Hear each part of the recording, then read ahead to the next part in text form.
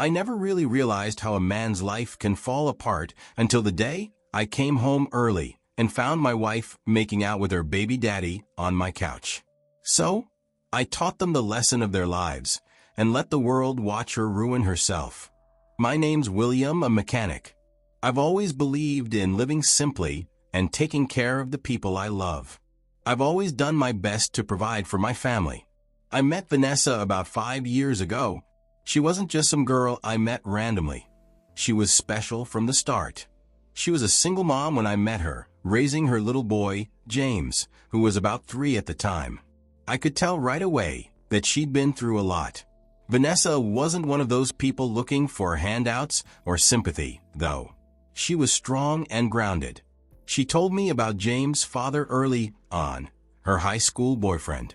They'd had James when they were just kids themselves, barely 18. At first, they thought they could make it work, but reality hit them hard. Being a teen parent isn't a fairy tale. It's bills, diapers, and exhaustion. And when you're too young to have a steady income or no idea how to handle responsibility, things fall apart fast. She told me they broke up a year after James was born. He stuck around for a bit and tried to help here and there, but he wasn't reliable. She'd been on her own since then, making ends meet however she could. What really drew me to her wasn't just her strength, though. It was how much she loved her son. Vanessa lived for that boy. You could see it in the way she talked about him, and that hit me in a way I couldn't ignore. Our relationship moved pretty quickly. We dated for about a year before we got married. I know some people might say that's too fast, but it felt right.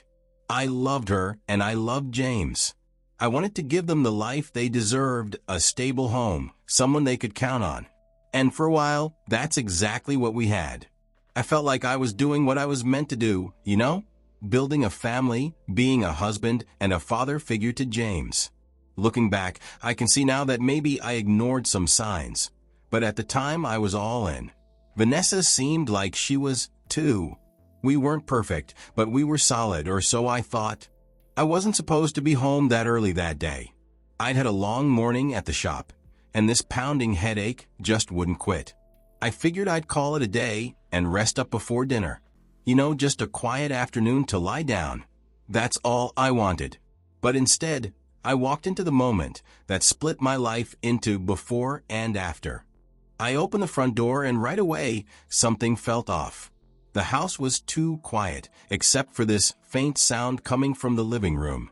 At first, I thought maybe Vanessa was watching TV, but as I walked closer, I heard her voice responding to a pounding session. Then I saw them.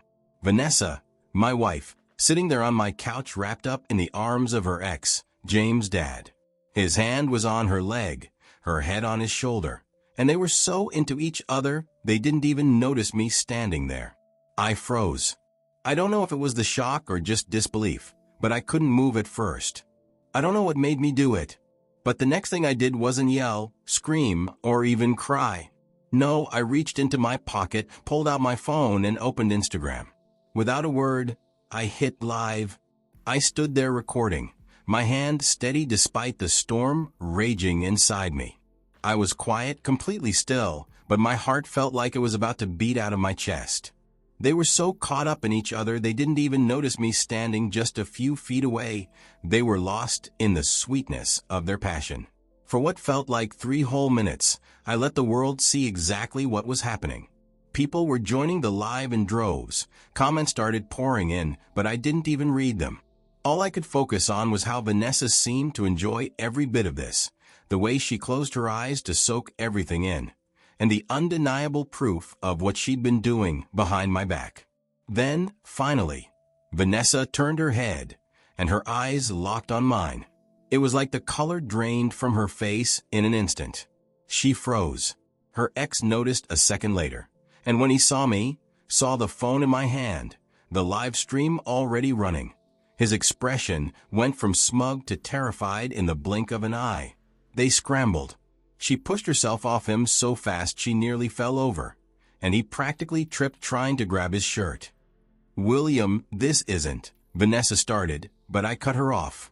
"Don't bother rushing," I said, my voice cold. "It's too late. Everyone's Already seen it. You're famous now.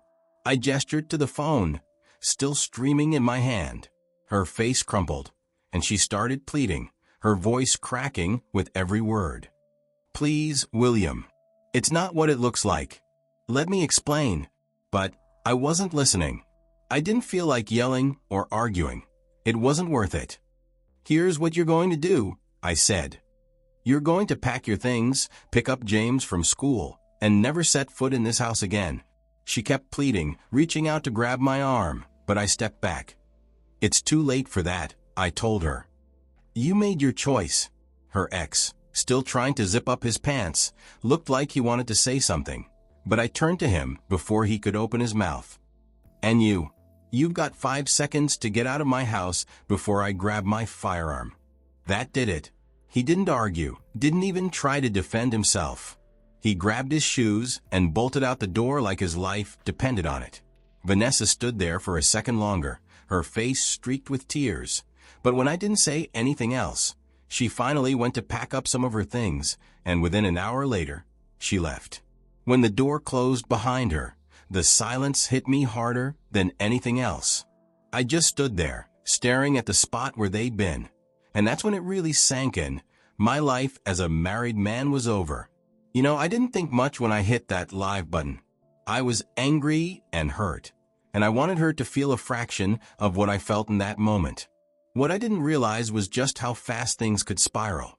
My phone started buzzing almost immediately, friends, cousins, people I hadn't talked to in years. Some were shocked. Some were trying to make sense of what they'd just seen, and others, well, they just wanted the tea, like it was entertainment. Then, not even an hour later, I got a text from a buddy. Bro, you're on the front page of XYZ blog. I didn't even click the link at first. I just sat there, staring at my phone, trying to wrap my head around the fact that what was supposed to be a private disaster in my marriage had turned into public gossip. When I finally clicked, there it was, a headline screaming something like, "Mechanic catches wife cheating and goes live." They had screenshots of Vanessa's shocked face and of the baby daddy scrambling for his pants. The comments were brutal. People didn't hold back. They called her every name under the sun, said I was a legend, or that I should have done worse. It was surreal. My pain, my anger, it wasn't just mine anymore. It was out there for everyone to see. And that's when it hit me. My life had officially gone viral. It didn't take long for Vanessa to start blowing up my phone. Calls, texts, voicemails, you name it, she tried it. I'd see her name pop up, and for a split second, I'd think about answering, about hearing her side. But then I'd remember what I walked in on, and the anger would hit me all over again. There was one voicemail that stuck with me. She said, "Will, please, I made a mistake. Don't throw everything we've built away. Think about James. He needs you." I listened to that one twice before deleting it. And yeah, there was a part of me that felt bad for James, bad for the life I thought we had. But there was a bigger part of me that just couldn't unsee what I saw that day. The one time I picked up her call, I didn't let her get far. She started with, "Will, I'm so sorry," and I cut her off. I told her straight, be ready to sign the divorce papers when they come. I'm not spending one more day married to someone who'd do this.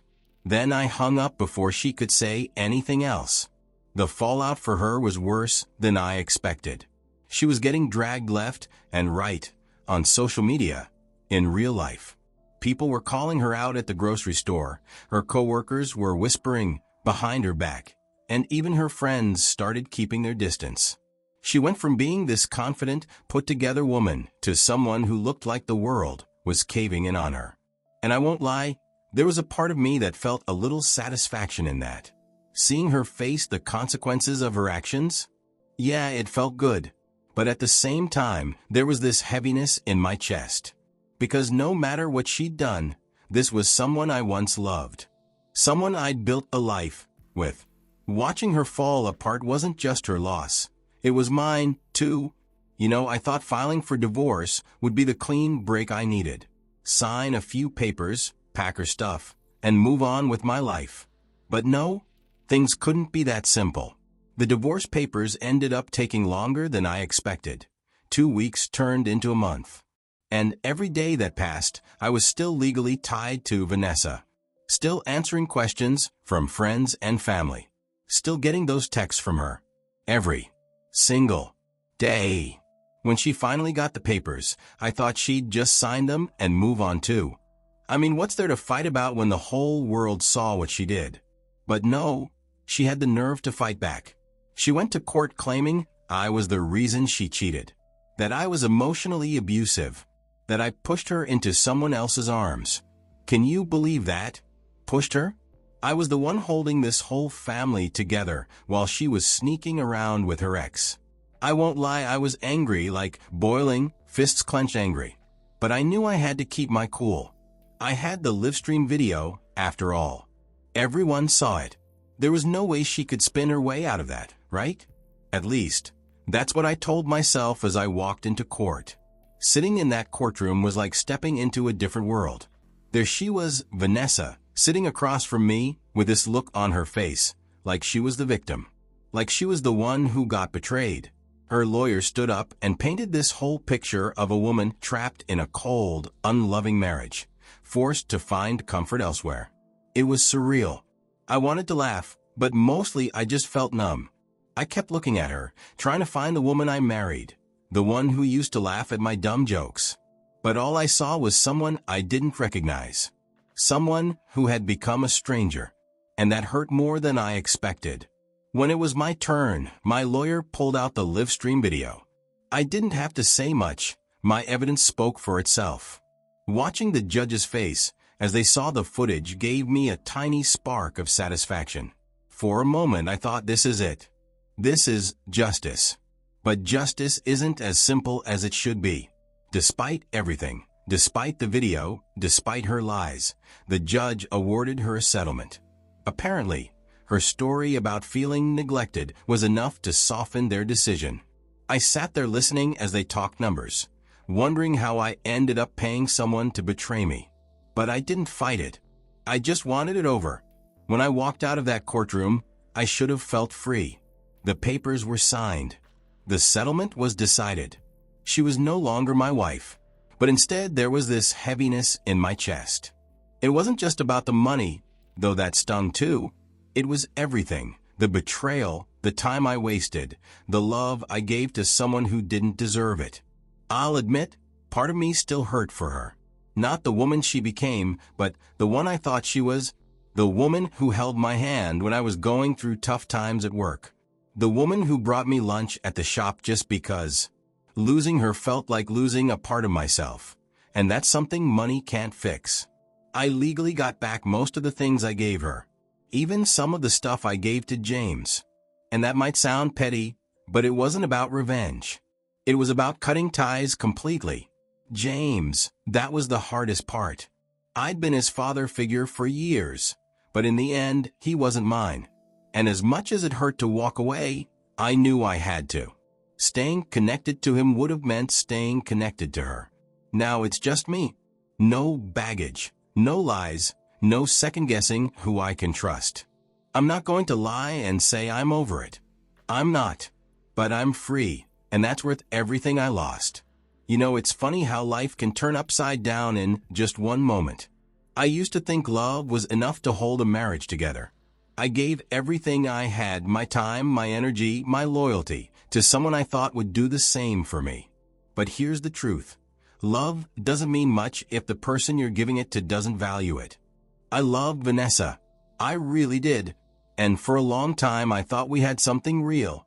But I've learned the hard way that you can't stay with someone who betrays your trust, no matter how much history you share. People say forgiveness is for the strong. But sometimes strength means knowing when to walk away. That's what I had to do. For me, now I'm focused on moving forward. I'm not angry anymore. I don't have the energy for that. What I do have is clarity.